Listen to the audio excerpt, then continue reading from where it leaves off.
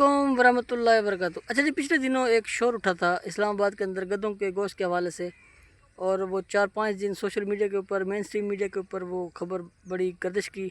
उसके ऊपर लोगों ने मीम्स बनाए, मजाक उड़ाया, मुख्तलिफ अपनी राय का इजहार किया, और फिर वो अब खामोशी से वो मामला दब गया है और कौम आगे चल पड़ी है।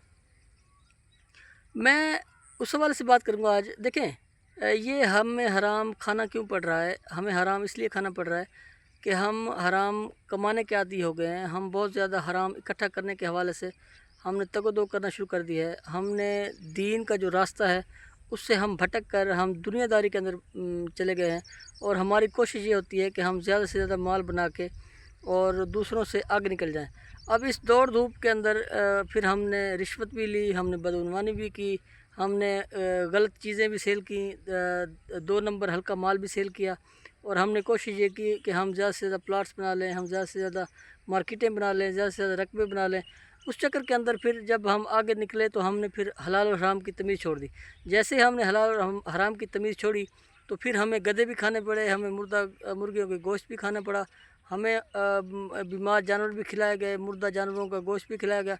अभी आप कई साल पहले अगर आप देखें तो ऐसा होता था कि अगर आप रोड किनारे चलते थे तो आपको बड़ी जगह पे मुर्दा मुर्गियाँ नज़र आती थी, मुर्दा जानवर पड़े हुए नज़र आते थे, लेकिन अब नज़र नहीं आते। उसकी वजह यह है कि जैसे ही जानवर अगर बीमार हो जाता है तो फार्मर उसी वक्त ही उसको हवाले कर देता है व्यापारी हजरात के। वो व्यापारी हजरात वहाँ पे उसको ज़िबा करके और फिर उसको शहर ले जाते हैं। वहाँ शहर के अंदर बड़े बड़े होटलों के ऊपर खिला दिया जाता है। इसी तरह से मुर्गियाँ जो मुर्दा हैं उनकी ये सूरत हाल है कि शवारमे की सूरत में या दीगर जो चीज़ें हैं उनके अंदर डाल के और खिला दिया जाता है। ज़ाहिर बात है, अब जो भी खाने वाला है उसको ये नहीं पता कि ये हलाल है या हराम है, वो खाया जा रहा है। और वजह क्या है कि जब हमने हलाल कमाना छोड़ा है तभी हमें हराम खाना पड़ रहा है। अब इसका हल ये है कि हम कोशिश करें कि हलाल कमाएं।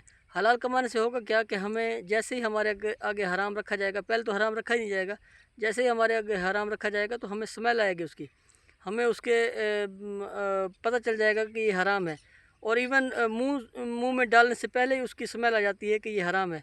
लेकिन क्या वजह है ऐसी कि हमें बिल्कुल भी पता नहीं चल रहा और हम खा जाते हैं, और फिर पता ये चलता है 2 महीने या 3 महीने या 4 महीने के बाद कि फ़लाँ होटल के ऊपर मुर्दा जानवरों का गोश्त धड़ल्ले से सेल किया जा रहा था, गधों का गोश्त सेल किया जा रहा था, इवन कई जगह पे तो कुत्ते खिला दिए गए।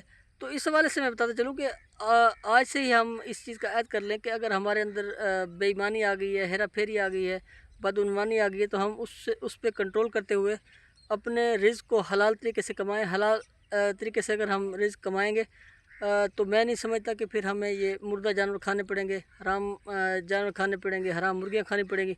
जब हम हलाल कमाएँगे तो फिर आगे जो सेल करने वाले लोग हैं उनके अंदर भी एक जज्बा पैदा होगा, वो भी हलाल कमाएँगे, और फिर इसी तरह से मुल्क फिर आगे बढ़ते हैं, आगे तरक्की करते हैं। आप दीगर ममालिक में देख लें, वो जो चीज़ बताते हैं, जिस तरह से बताते हैं वही होती है, लेकिन हमारे यहाँ बिल्कुल भी पता नहीं होता कि हमें बकरा खिलाया जा रहा है या हमें कोई और जानवर खिलाया जा रहा है, या हमें बीफ की जगह पे कुछ और खिला दिया गया है, या हमें चिकन की जगह पे चिकन ही है, या ये हलाल है या हराम है। तो इस हवाले से मैं बताता चलूँ कि हमारे यहाँ बहुत ज़्यादा इश्यूज़ क्रिएट हैं, बहुत ज़्यादा टेंशनें क्रिएट हैं। उसकी वजह यही है कि हमने हलाल कमाना छोड़ दिया है। अब हर बंदा तहिया कर ले कि उसने हलाल कमाना है तो इंशाअल्लाह उसे फिर हराम नहीं खाना पड़ेगा।